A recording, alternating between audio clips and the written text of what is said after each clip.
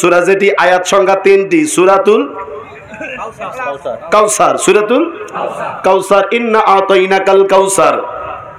ছোট্ট একটা সূরা, 3টি মাত্র আয়াত। তাওরাত কিতাবের সবচেয়ে ছোট্ট সূরা যেটা, এই সূরার মধ্যে আয়াত সংখ্যা ছিল 1000। কোরআনুল কারীমের অগণিত হাফেজ, কোরআনুল কারীমের অসংখ্য অগণিত হাফেজে কোরআন বাংলাদেশে আছে, গ্রামগঞ্জে আছে। এ বন্ধু, তাওরাত কিতাব মুখস্থ করার মতো হাফেজ এতজন ছিল না। কিতাবে দেখলাম মাত্র তাওরাতের হাফেজ ছিল 5 জন। তাওরাতের হাফেজ গোটা পৃথিবীতে ছিল মাত্র 5 জন। কয়জন? যেটা আমাদের দেশে একটা মাদ্রাসায় 1 বছরে তার 4 ডাবল 5 ডাবল মাদ্রাসা হাফেজ দস্তরবন্দি করে মাদ্রাসা থেকে বাইরে হয়ে যায়, হয় না? হয় না? কিন্তু তাওরাতের হাফেজ মাত্র 5 জন। এর মধ্যে একজন হাফেজের নাম হলো আবুল হারেসা। এই আবুল হারেসা সংক্ষেপ করে বলি, তাওরাত কিতাবের হাফেজ ছিল। তাওরাত কিতাব পড়ে পড়ে তিনি দেখলেন গোটা তাওরাত কিতাবের ভিতরে আমার নবী মুস্তাফার নাম 82 জায়গায় পাওয়া যায়। কিন্তু তাওরাত গোটা খুঁজে খুঁজে দেখলো গোটা তাওরাত কিতাবের ভিতরে আমার নবীর নাম কতবার? 82 বার। কিন্তু যেই নবীর উপরে তাওরাত কিতাব অবতীর্ণ নবী মুসা পয়গম্বরের নাম মাত্র 3 বার পাওয়া গেছে, মতান্তরে 5 বার পাওয়া গেছে। এই আবুল হারিসা তাওরাতের পণ্ডিত হুজরা শরীফের মধ্যে বসে বসে কলম কাগজ নিয়ে গোটা তাওরাত শরীফ থেকে 81টা নাম যেই জায়গায় আমার নবীর নাম আসে, নামগুলো কেটে কেটে কেটে কেটে নাম যখন কেটে দেওয়া শুরু করলো, 81 নাম্বার পর্যন্ত নাম কেটেছে। 82 নাম্বার নামে যখন কলম লাগাইলো, আল্লাহ বলে জিবরাইল আর ধৈর্য ধরা যাবে না, সহ্য করা যাবে না, আমার বন্ধুর নাম তাওরাত থেকে কেটে ফেলেছে।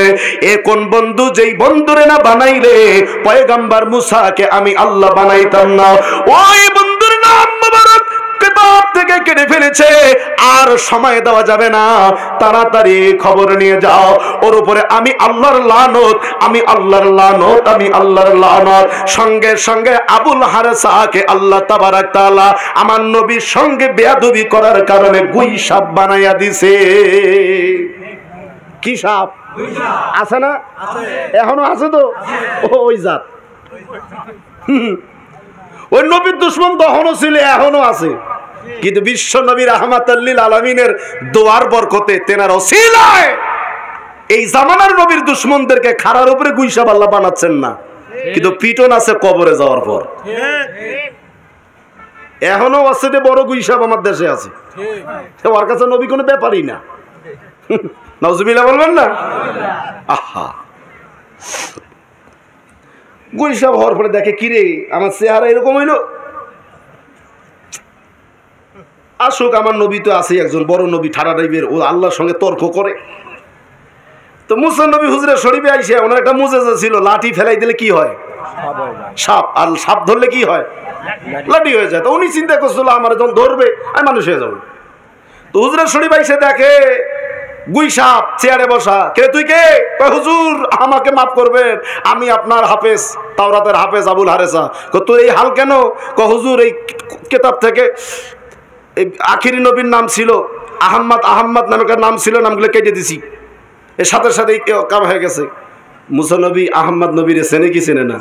হাই সর্বনাশ, এত বড় অন্যায় করছো তুমি। আল্লাহ দরবারে হাত তুলেন, আল্লাহ আমার উম্মত আবুল হারেসা ভুল করছে, মাফ করে দাও। আল্লাহকে হাত নামান,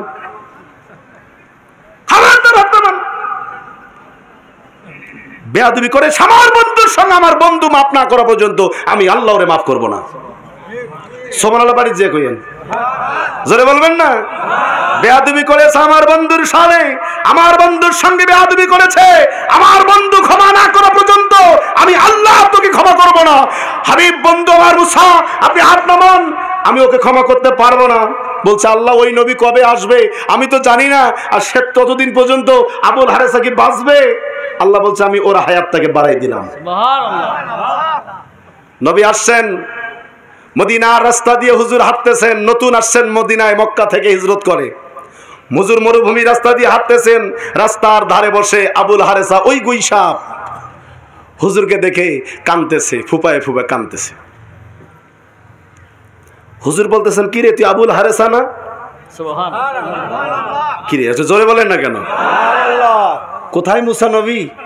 কতদিনে এসে গেছে, কতদিন পরে আমার নবী আইছে। ও গুই সাহেব দেখে কি রে তুই আবুল হারেস না?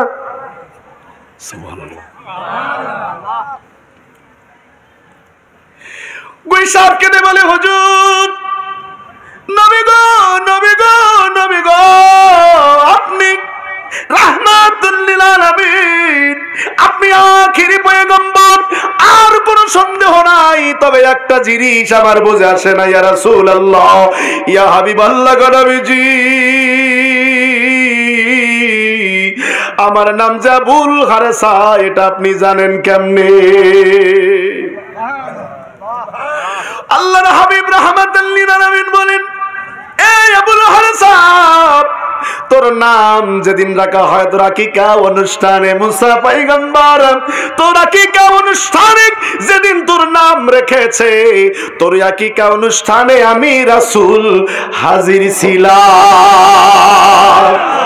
একজন রাসূল আসিল গো সোনার মদিনায়, বলেন একজন প্রেমিক আসিল গো সোনার মদিনায়, একজন রাসূল আসিল গো সোনার মদিনায়, একজন প্রেমিক আসিল গো সোনার মদিনায়, যার প্রেমেতে মজনু হলো, যার প্রেমেতে মজনু হলো স্বয়ং রব্বানা, একজন রাসূল আসিল গো সোনার মদিনা, হায় হায় একজন প্রেমিক আসিল গো সোনার মদিনা, একজন রাসূল আসিল গো সোনার মদিনা, যাহারা গো মোহনের তরে কাবা যুগে সেজদা করে,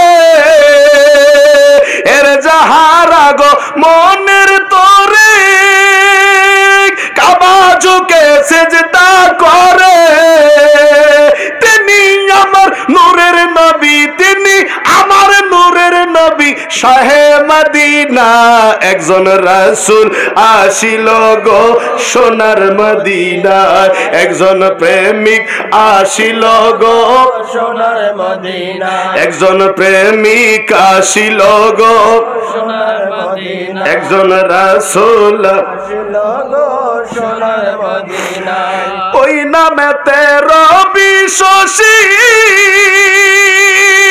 আনন্দে হইয়া খুশি, মারহাবা কর, এরে ওই নামেতে রবি শশী আনন্দে হইয়া খুশি, বনের পশু নবী ছিল, বনের পশু নবী ছিল, আমরা ছিলাম না, হায় হায় বনের পশু নবী ছিল, আমরা ছিলাম না, একজন রাসূল আসিল গো সোনার মদিনা, একজন প্রেমিক আসিল গো সোনার মদিনা, যার প্রেমেতে মজনু হলো, যার প্রেমেতে স্বয়ং রব্বানা, একজন প্রেমিক আসিল গো সোনার মদিনা, একজন রাসূল আসিল সোনার মদিনা, মারহাবা কোন? বেজান নাকি? কষ্ট হচ্ছে? আমি একটু পরে মূল আলোচনায় আসতেছি। ওই যে কচি প্রথমে আমার আলোচনা শুনতে আসলাম, আমি 1-1.5 ঘন্টা এমনিতেই কোন এদিক সেদিক কাটাই, মূল আলোচনায় পরে আসি। খারাপ লাগিচ্ছে? এ বগুড়ার ভাষা খারাপ লাগিচ্ছে? কহ ভাই আসিচ্ছি, সুন্দর ভাষা না? চিন্তা করছেন? তোমার আকিকা অনুষ্ঠানে আমি ছিলাম, তোমার নাম আবুল হারেস আমি জানি, হুজুর আমার মাফ করে দেন, আমি মানুষ হইতে চাই আবারও। তোরে আমি মাফ করবো, তবে শর্ত একটা, তুই মানুষ হবি কিন্তু তোর জাত একটা কিয়ামত পর্যন্ত থাকবে। হুজুর আমি তো মানুষ হব, গুই সাহেব হুজুর আমি তো মানুষ হব, তুই মানুষ হবি, তোর একটা জাত কিন্তু কিয়ামত পর্যন্ত থাকবে। ঠিক আছে। হুজুর দোয়া করলেন, আবুল হারেসা মানুষ হয়ে গেল, কিন্তু ওর একটা জাত কিয়ামত পর্যন্ত আছে না নাই? জোরে বলেন। বেয়াদবের শাস্তি।